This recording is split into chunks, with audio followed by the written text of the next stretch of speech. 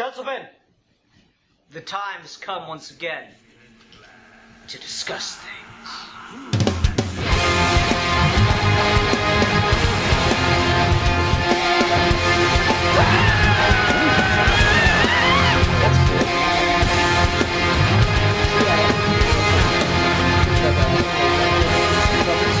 Yes, I do. Alright, well, hi everyone, welcome to another episode of Geeky Gentlemen. I'm Sid Part2, joining me today is the one, the only, the realest of them all, the real Manos. Hey, folks. Hey, Manos. What are we talking about today on Fan Film Reviews? We are talking about the Samurai Jack live action. I think it's called Live Action. That's it. Yep, Samurai Jack live action, by Samurai Jack Live Action Fan Film, I guess is the name of the YouTube channel. That's helpful. Yes. I honestly hate when people do that. Just despise it. Which part? Like, call the channel after what they're doing? Call the channel the exact thing that they're doing. It's not like Samurai Jack Studios or something like that. I don't know. It just it always gets me. It's like Big Country from the album Big Country. Right, yeah.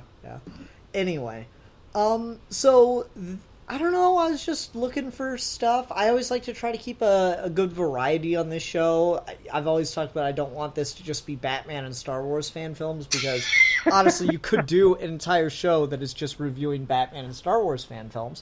So Yes. I was like, alright, what's a property that we've never covered before that I can find something for? And I just happened across Samurai Jack, of all things. And I should preface this by saying I'm not a huge Samurai Jack fan. I watched it when I was a kid, thought it was okay. I had episodes I enjoyed, I remembered things from it. But yeah, it just seemed like an interesting property to talk about as a fan film. What's your background with Samurai Jack? I am a kind of loose, casual fan of the show as well. I wouldn't go to watch it, but if it was on, I would watch it. And I never really sat down and watched the whole series backwards and forwards. So, I would check out an episode here, episode there. I mean, it was kind of built for that, honestly. It's got like the, 70s Incredible Hulk format of every week he's trying to find a new way to defeat a coup or deal with a situation in the future, more or less. Yeah, compared to some like modern animated shows which have ongoing story arcs, this one suggests it has one, but it's kind of loose with that. Although I will say that I feel like that's kind of an influence on current animated shows. Because it's just one of the first like American ones in at least modern culture that seem to try and like commit to that kind of format. Yeah, I'd agree with that. So my thing with Samurai Jack, just as a franchise, as a cartoon that I never really got into, was the pacing of it is very deliberate, and it's trying to be very different, and I can admire that, but I often found the show boring.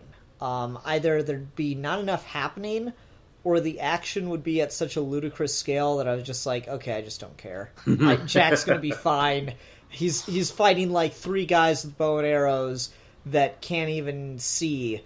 I've seen the dude take on literally an entire army of giant bug robots. He's got this. So like that's something for me, just talking about the cartoon itself, that I never really got into all that hard. And I will say a bit of that carries over to this. The pacing in this fan film is very deliberate in the way it's aping the original cartoon. Mm-hmm. And that's definitely not a bad thing, because it's doing what it intended to do in that way. But it definitely makes me go, okay, I'm just gonna take a look down at the old phone real quick, and then I'll look back up, and yep, still the same long shot of Jack just like meditating with this Buddhist monk or whatever. Mm-hmm. And so that's just my thing. Like, I have a personal thing where I've never really liked that, and I see it carried over to this. So they did a good job carrying it over. It doesn't make me any more invested in it personally. I Well, let me go into this. I really admire the fact that they were able to, as a fan film, do what you're supposed to do, kind of capture the mood and spirit and tone of what you're trying to, like, at least kind of tell your chapter this universe. And it does that extremely well. I think it does it almost too well, because to the original show's defense, they would have this slow, deliberate pace. But a lot of times they would tell a story within those episodes that are done slow-paced. And in the first chapter, kind of doesn't. It's just... It tells us that Jack was being trained by this monk, and it does it very slowly. It doesn't really tell us anything too much about the monk. We don't seem to get any real story among them. It's just kind of... the beginning, this is him getting trained, and it does it very slowly. It does it really well, and we can get into how it looks later, but as far as like the storytelling purposes, the only one that really has any story to it, I think, is the second chapter. Yeah, where he gets just thrown into the future, or he goes to confront a coup and then gets thrown into the future, all that stuff. Yeah, you're definitely onto something. Like I had time, luckily, because we had to reschedule a bit tonight. I had time to rewatch the first episode of Samurai Jack, and in that first episode, it does what the first two episodes of this do. Yeah. It's like literally that's what the first two episodes of this fan film are, is just adapting the first episode, more or less. Jack gets sent away as a child, trains, comes back as an adult to fight a coup, gets sent to the future, credits. Or gets thrown in the vortex to send to the future, credits. That's the entire first episode of Samurai Jack. The first two episodes are just all of that. Or maybe the first episode's all the training. The second episode's mostly a fight with a coup that I definitely want to talk about. And then the third episode is Jack just kind of wandering around in a bar, not really knowing what's going on, because now he's in the future. Yes. And I should say, yeah, we're only talking about episodes 1 to 3 of this, because that's all that's out. I was under the impression that that would be the complete thing, since all episodes have been uploaded for like 9 months at the time we're recording this. I think they still have 2 to 3 parts that they want to upload. So I don't know what exactly they're going to go with, if they're just going to continue adapting the first story arc in Samurai Jack, if they're going to go in kind of a different direction, or what's up with that. But yeah, it's just kind of like doing the same thing, and like, I mean, I respect the visuals of it, certainly. There's a lot of cool stuff, we can talk about that, but again, it's doing the same thing the cartoon kind of already did better. Yeah. I guess my biggest beef with the 3 episodes we watched is the storytelling, really. I think it takes a show that had a slower pace on purpose and stretches it out even further. And that's kind of my biggest gripe with it. If you want to get into like how the film looks, or the technique. Yeah, we definitely need to talk about that, because while it is really, really slow paced, I don't know if I would have that complaint so much if I got a proper conclusion, if I were able to watch all whatever number of parts they're going to do together in one piece, and treat it like a proper feature-length film or something. I don't know if I'd have that same complaint anymore, because the filmmaking side of the thing, just the stunning visualization, the way it's shot, the color grading is so beautiful. Their locations are amazing. Yes, it looks gorgeous. There are times it looks like it has a budget. It looks almost like it has like a syndicated TV budget. Like it's like, it looks like they put some money and thought and preparation into it. Good Lord, I mean, that first episode I thought looked gorgeous. Yeah, the 4 seasons of Jack was really, really good. Like, just the kid standing on the shore, like, watching his mother disappear, it's right out of the show. He's on a boat in the show, but still, watching his mother fade away into the horizon on a boat, and then the stars all form the title. That was really, really a gorgeous ass shot. Yeah. It's hard to get like Twilight nighttime shots like that, and you don't know what you're doing with film. And they clearly know what they're doing on the visual filmmaking side of things. And also the color palette again is just beautiful. Like, you know, it's easy for your image to get blown up or blown out shooting snow, because it's just white. It's just white and light, especially if you shoot snow in the daytime. It's just pure white, and everything, the landscape can lose definition. When Jack's in the snow, it looks beautiful. The green of the trees really pops out. The landscape doesn't lose definition. It's a gorgeous shot. These people definitely get like tons of points for the filmmaking side of things and the location scouting. Yes. Yeah, the location scouting. I have seen like films with shitty locations that look like, you know, they were picked at random, like at that day they shot them. And this, it looks gorgeous. Yeah. It really does look like a professional shoot. I was very impressed with a lot of it. Yeah, me too. Like it's the subtle things, like, you know, Jack in the first episode trains with Greco-Roman wrestlers in the Colosseum. Yeah. And just finding some random little building or whatever that's got this Greco-Roman style with the pillars and whatnot. I mean, it's super effective. It's the absolute minimum level of filmmaking of just a setting, a location can convey so much information and give you exactly what you need that it takes so little to do so much, you know? So that's kind of, it shows one of the beauties of minimalistic filmmaking. And this does a lot of that. This is just really, really beautifully done in that regard.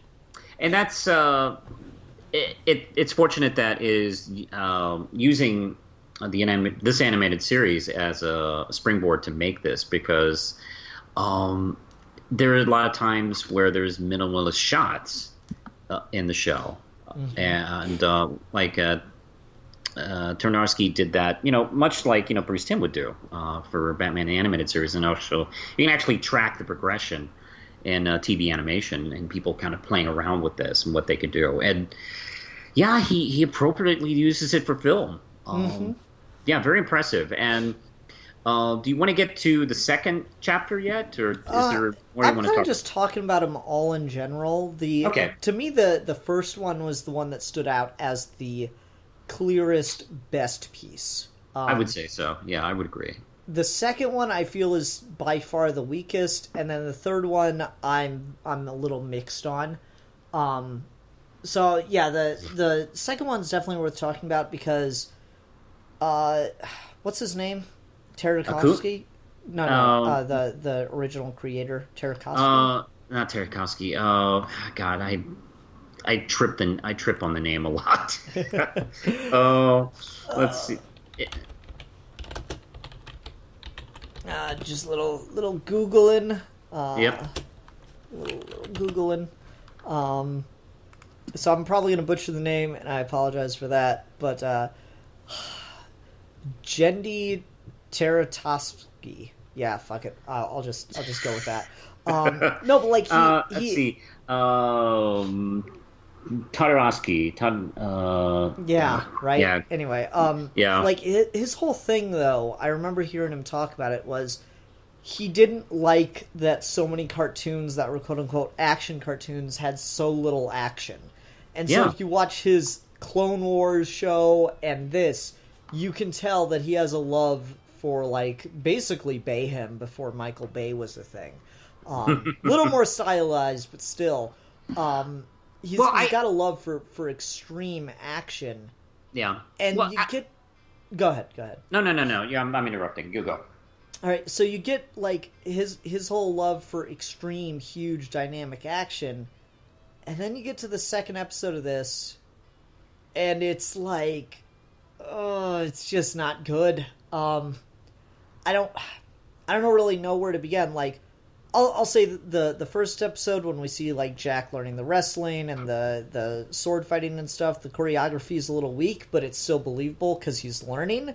By the time he faces Aku, he's supposed to have mastered all those skills, and just a lot of that action is pretty weak. Like, there's a moment where he's got Aku in a UFC style submission position, yeah, and it's just got like little weak kicks to the ribs or whatever. And it's just like, I can tell, and I don't, of course, I never want anyone to get hurt on a film set. Especially when you're doing fan film amateur work and you don't have the kind of budget to have a safety personnel there, like, ambulance, all that stuff. I never want anyone to get hurt on a film set. But that doesn't mean that you get away with what is clearly pulled punches. There's other ways to do it. So what I'm seeing there when the guy's like kicking him in the ribs, when Jack's kicking the Aku fighter in the ribs, I'm just like, that's just a really weak pulled kick. He clearly is just trying not to hurt the guy, and there are better ways to do it. They just didn't. But like, more so than that, the other overarching problem I have with that whole fight is Aku is a shape-shifting monster. Yeah, technically he could morph into a guy to fight Jack, but that's just not like visually interesting for what Aku was designed to do. And given that he's just pure black in the show, you probably could have gotten away with some just pure black 3D model work or simply 2D compositing animation work to do the shape-shifting and stuff, just with like masking out parts of the film or something. I feel like that was a really weak choice, and it becomes even weaker given the fact that some of the fighting choreography is not awful, but certainly subpar for what I think they want it to be. Yeah, I was able to overlook some of the fighting choreography in the first one because, yeah, like you mentioned, he's training. So that, to me, I remember thinking, oh, that looks a little weak, but they're training, so it's cool. And then we get to the actual fight, and you're right. It did look a little, I don't know. It did look a little like play fighting, which I don't know. I guess so. It is a fan film, but and also that set looked a little bit too fragile. It almost looked like they were fighting lightly so they wouldn't destroy the set. Yeah, there's that. And like, that becomes even weirder given the fact that they clearly have a green screen. So they clearly have a green screen and some kind of animation modeling or compositing technology. Yeah. Because obviously when you get to like the final shot of episode 3 and you got the city in the distance and the multiple moons and all that stuff, like, it's very, very evident that that's digitally composited and rendered out with some form of computer generated imaging, whether it be 3D model or film plates. Whatever they're doing, they clearly have some capability. So there's no reason that you can't make the background more visually interesting by just shooting it on a green screen and putting something... it doesn't have to be the flame tunnel of Aku's original fortress, but something better than, like, those, like, what do you call them? Foldy blind walls or whatever? Yeah. Yeah, I feel like the second episode's clearly the weakest here, and it just feels like they weren't ready to do an Aku fight. Mm-hmm. What's interesting, that's the chapter that has the most going on in the story. Yeah. So it's a little complex in that regard. And also there's some things, I will say some things that I really like in that chapter, where I do like the makeup effect on Aku. I love the teeth and mouth, the way it was designed. Oh yeah, it looks totally like the masks, the original samurai mask that it's supposed to be based on, which is cool. Yeah, that, especially when he wasn't talking at first, and then he started moving his mouth. I thought that looked really nice. And when they were fighting, I loved how that hand came out. Mm-hmm. It was a cool idea. I'm a little shaky on the execution a little bit, but yeah, it is still pretty cool looking. Yeah, I think it mimics a lot of his effects and powers, and I think it was done well enough to come off as creepy, which I thought worked really well. And that's, I don't know, that's kind of it. It's just the fight part in the second chapter is a little disappointing. Yeah. And again, I feel like there's a lot you can do given that Aku is just straight black. Like, at one point in the original pilot for Samurai Jack, like, there's just Jack in front of a giant black wall, all but for Aku's face. Everything around him is just black. So he can just morph and take up, and there's no texture to it, there's no nothing, so you don't even have to worry about that. So, like, you could conceivably film a hand with some, like, fake prosthetic claws or something attached to it, and just film that in front of a green screen, and then just do a really, really hard pull and mask effect to just create a perfectly black hand with no contours or lighting on it. And that would probably look better than, I feel like, the black makeup hand that they used. And it'd look a lot better than having Aku be a guy that Jack's fighting. I feel that really underwhelms the scale and the unspeakable evil that is Aku. Let's do the rest of this review talking like Aku. How about that? Okay! Yes! For the next 9 minutes! There was a problem I had with the music choice in film. Yeah. Ah! No, but you're right. Like, the music was also something really interesting. I don't know how I felt about the closing rap at the end of every episode. Here's my problem. I decided to wait until we started talking about the second chapter before I brought it up, because it's used in each chapter. But in the second one, we get that cool speech from Aku, which it's so well done. I can't tell if that's a new actor or was that pulled from the show. I think it's pulled from the show. It does sound like it's pulled from the show because it does sound like that actor. And I like that.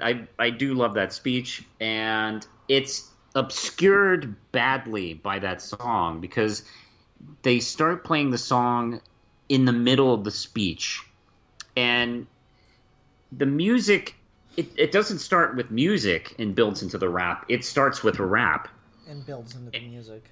Yeah, and you're hearing Aku speak and the rapper at the same time, and it's really distracting. I can't focus on one or the other.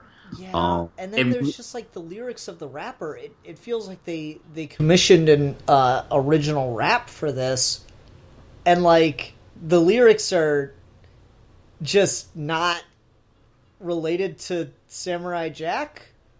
No, I mean, it kind of close. But my problem is, like, no, like, hey, either let Aku speak or rap. Don't have them do the same thing. Because, rapping is not singing. Aku rap. Look, rapping is not singing. You can't have a scene where you're listening to someone speak and then play a very clear, distinct rap over it. It's like two people talking at once. Mm-hmm. Or, if the song had started out with some music first and build into the rap, that would be awesome. Like at the end of Aku's speech, then you get into the rap part of the song. That would have been awesome as well. But when they're both like talking and rapping, I can't concentrate on what anybody's saying. And they do it in this third chapter as well. They don't really do it for the first chapter, from what I can tell. What's odd is, like, in the beginning credits, like, you get a clip of that song, which was a little jarring. Like, wait, were they going to start the song? I'll play part of the song, or not just a tiny snippet. Yeah. Because the way they used it really didn't, I don't know, it was more jarring than anything. Fair, yeah. And for me, and then that's definitely a part of it too. But then I started like actually paying attention to the lyrics of the rap, and he's literally talking about like coming up in the music industry and stuff. I'm like, well, that's just I'm sorry, Yeah, that's not well. related enough to Jack, and I'm just like, it's just distracting. The beat's really sick. I like the beat quite a bit, but Yeah. the rest of it, no I thanks. feel like every modern rapper, like, no matter what the subject is, they always kind of refer right back to them working in the music industry. It's Yeah. like, hey, man, I know you're working hard, but you had a subject. Yep. No, let's not drop this metaphor, shall we? Yeah, so that was pretty distracting. Let's talk more about the third episode since we haven't really gotten into that, which... Yes. I mean, I'm certainly excited to see what they're going to do with the future, because so far I am very mixed on it, because, like, the thing that was really great about the first and parts of the second episode was the location stuff, which, you know, when you're in the wilderness or whatever, it's fine, but, you know, Samurai Jack's future is very Blade Runner-esque, very over-the-top, flying cars, all that shit. I will always remember the billboard of Aku eating a sandwich and giving a thumbs up. I need a gif of that so bad. I bet it exists, I just gotta go looking. But, like, the future of Samurai Jack's always very Blade Runner-esque, and I think it was smart what they shot, or how they shot it here, where you're just in an alley, and you can see some of the towering, like, evil in the background, and there's, like, the weird red energy pulsing up from one of the buildings. I thought that was pretty clever. I'm just like, I don't know how much longer they can maintain that kind of setting for it. Yeah, that's true, because, yeah, it was nice and jarring, and deliberately, obviously, because we go from, you know, the Japanese setting to, like, the future setting, and that's done really nice. It was probably, I agree, it was, like, kind of smart to start small with him in the bar, and all that was really done nicely. It actually kind of reminded me, like, of an average night in my 20s. It's like, I don't belong here. What am I doing at this stupid club? And I will say, I don't know if I have some mixed. I have some feelings about the actor playing Jack in his non-reaction. Yeah, because Jack in the show was just like, holy shit balls. Yeah, I mean, I admit, like, yeah, he's stoic a lot, but, like, hey, this is the fucking future, man. Have a reaction. Yeah, yeah. Like, I don't know if he was directed that way or he chose that. I feel like he was directed that way. Mm-hmm. Because, like, no average actor would just... Well, I don't, maybe that's... No, a lot of actors would do that. Yeah. Never mind. I take back that statement I was going to make. Yeah, he just like, kind of like, like, this no. Weird. Yeah, like, yeah, it is weird. Have a fucking reaction. Yeah, yeah. That being said, though, the prosthetics and makeup effects, or masks even, that they're using for a lot of the alien creatures, it looks really good. It does. It looks, you know, it's not quite Star Wars Cantina bar level, but it's pretty damn close. Like when Jack's sitting at the bar and the other alien comes up and orders a drink, and like he's just, it's really smart, the distance at which they're shooting it.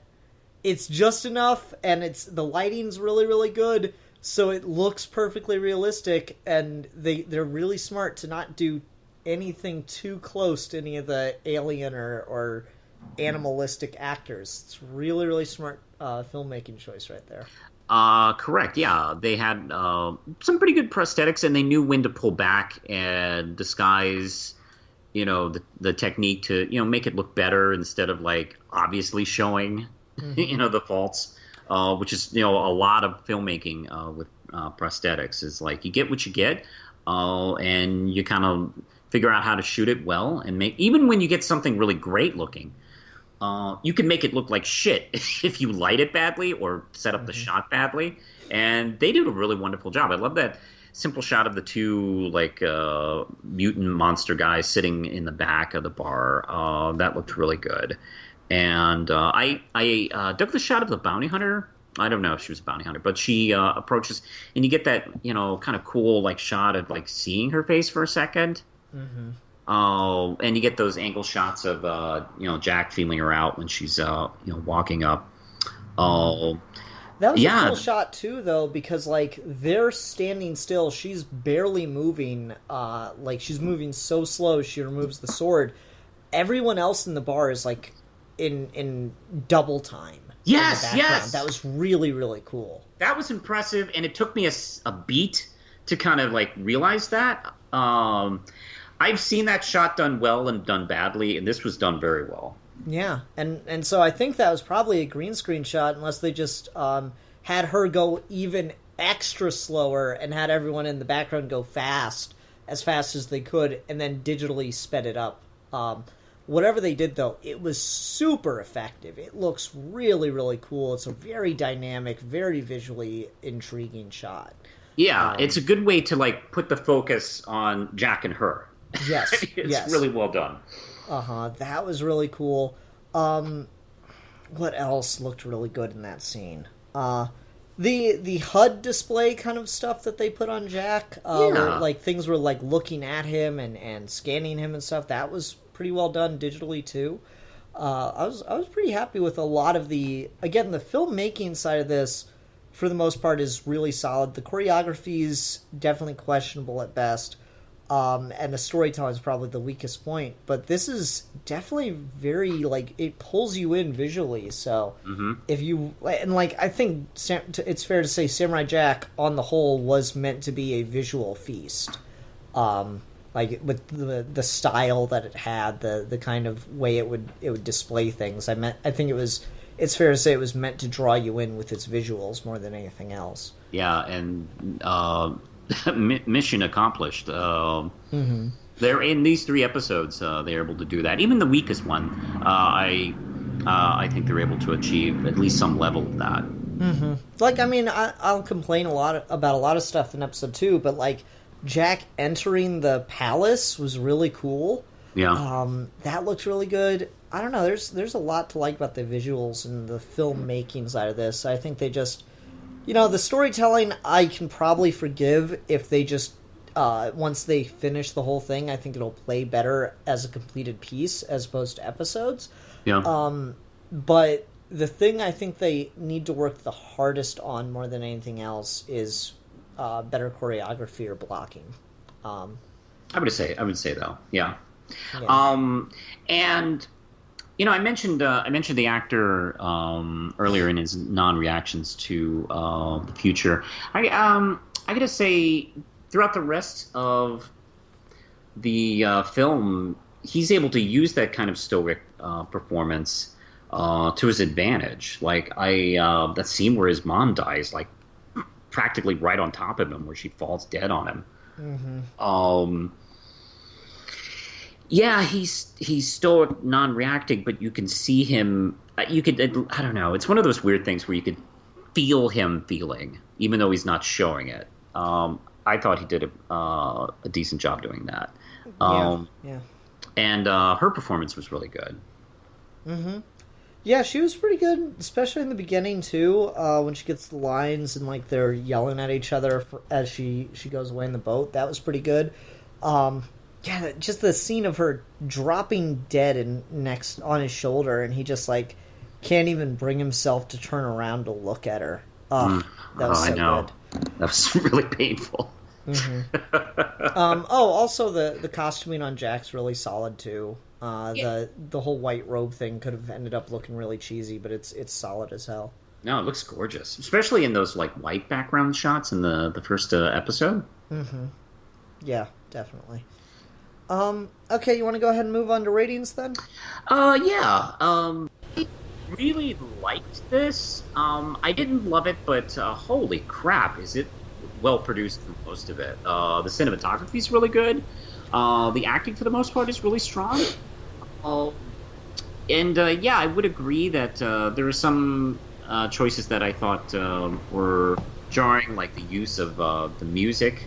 I think could have been a little bit better timed, and sometimes the budget would like obviously make it look a little like more troubled, and also the choreography we mentioned. But all in all, I thought it was a really good, strong performance.